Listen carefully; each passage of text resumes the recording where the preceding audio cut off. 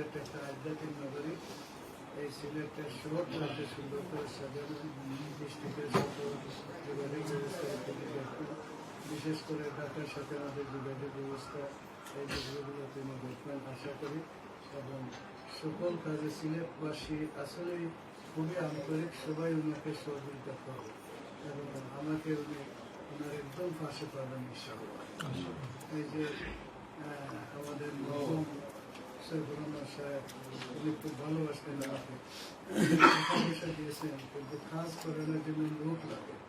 যেমন আগের সাথে অনুসরণ করতে হচ্ছে, কারণে যে ওনাকে খুবই সহযোগিতা করছেন, আর পাশে আমিও ছিলাম, আমরা সিলেটবাসী ছিলাম।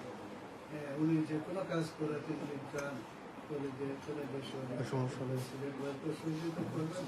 আর আমি এখানে প্রবীণ হিসাবে কিছু অভিজ্ঞতা আছে, এই অভিজ্ঞতার সামনে একটু ওনাকে সহযোগিতা করবো।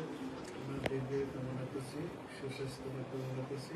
আর গোটা সিলেটবাসী থেকে আমার অনুরোধ, যে নির্বাচন ছিল তখন প্রতিদ্বন্দ্বিতা ছিল, এখন আর কোনো প্রতিযোগিতা নেই এবং আমরা ঐক্যবদ্ধ হয়ে আসিকে ভোটার করবো এবং ওনাকে সবাই সহযোগিতা করবো। ওনাকে অসংখ্য ধন্যবাদ জানাচ্ছি, উনি নির্বাচিত হয়েছেন, আমার বাসায় আসছেন, আমার ফ্যামিলির পক্ষ থেকে ওনাকে অসংখ্য ধন্যবাদ সিলেটবাসীকে আবারও আহ্বান করছেন, এই সকল কাজে ওনাকে যেন আমরা সহযোগিতা করি। সবাইকে ধন্যবাদ। সিলেট তো সম্প্রীতির শহর, গতকাল সুন্দর নির্বাচন হয়েছে, কোনো ধরনের বিশৃঙ্খলা ছাড়া। এখন আবার আপনারা দুইজন পাশাপাশি বসে সম্প্রীতির বহিঃপ্রকাশ। নিশ্চয়ই আমি কালকে কিছু ভিজিট করেছি নির্বাচনের সময়, আমার কাছে দেখে আমার খুব ভালো লাগছে। সিলেট সম্প্রীতি শহর, আর কালকে নির্বাচনে আসলে একটা ইতিহাস ছিল এবং আমি উভয় পক্ষের ছেলেদের দেখানো হয়েছে, বলে আসছি যে তোমরা একটা ইতিহাস সৃষ্টি করো, সারা বাংলাদেশকে আমরা দেখিয়ে দিই যে সিলেট একটা সম্প্রীতির শহর এবং এই বিষয়ে সম্মত দেবে খুবই সহযোগিতা করে, আমরা প্রভাবিত হতো না। আমার বিশ্বাস এই সিলেট সম্প্রীতি শহর যেটা আছে আর সম্প্রীতি বৃদ্ধি পাবে। সিলেটের উন্নয়নের জন্য আপনি বরাবরই যে বার্তাগুলো দিচ্ছেন সেগুলো বাস্তবায়ন করতে ঐক্যবদ্ধ হয়ে উন্নয়নের পথে কাজ করবেন না সবাই মিলে, আপনাকে বার্তা থাকবে।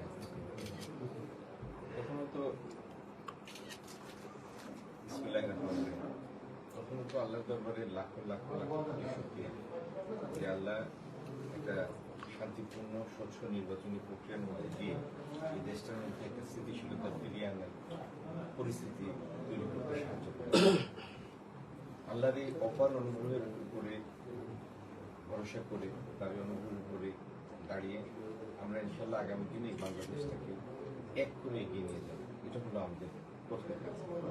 আমি আমাদের জামাতে ইসলামের যে প্রার্থী ছিলেন প্রবীণ ব্যক্তিত্ব মাওলানা হাবিবুর রহমান সাহেব, হাবিব ভাইয়ের বাসায় এসেছি।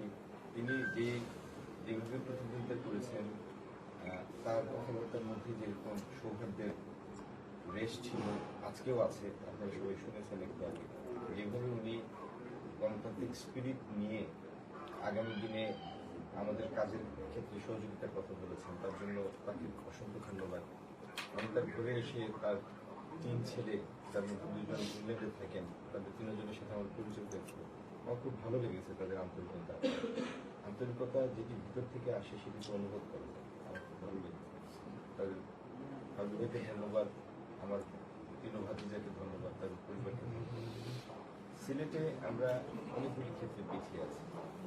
এই পিছানোটা সিলেটবাসীকে দুঃখ দেয় এই জন্য যে আজকে থেকে 30-35-40 বছর আগে বাংলাদেশের যে কোনো সূচকে যে কোনো জেলার নাম বললে সিলেট সামনে কাতারে থাকে।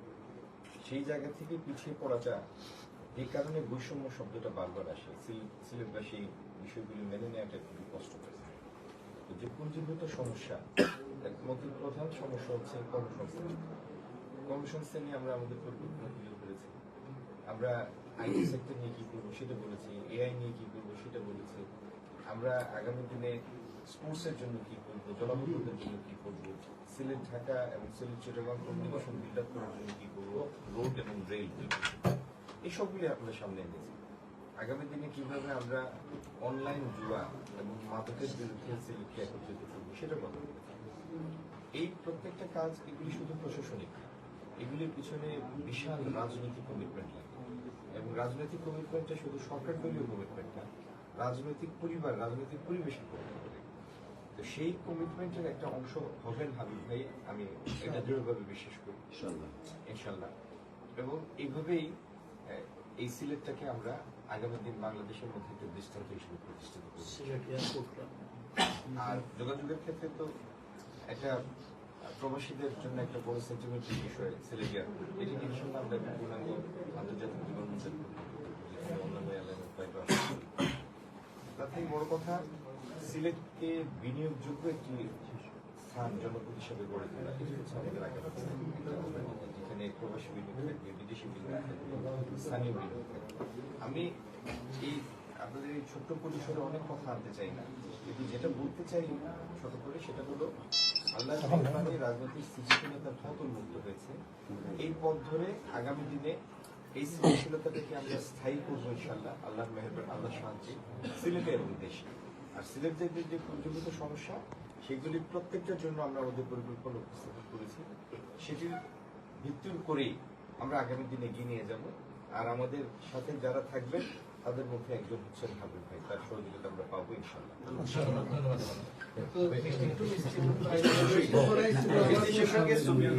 আরো টাকা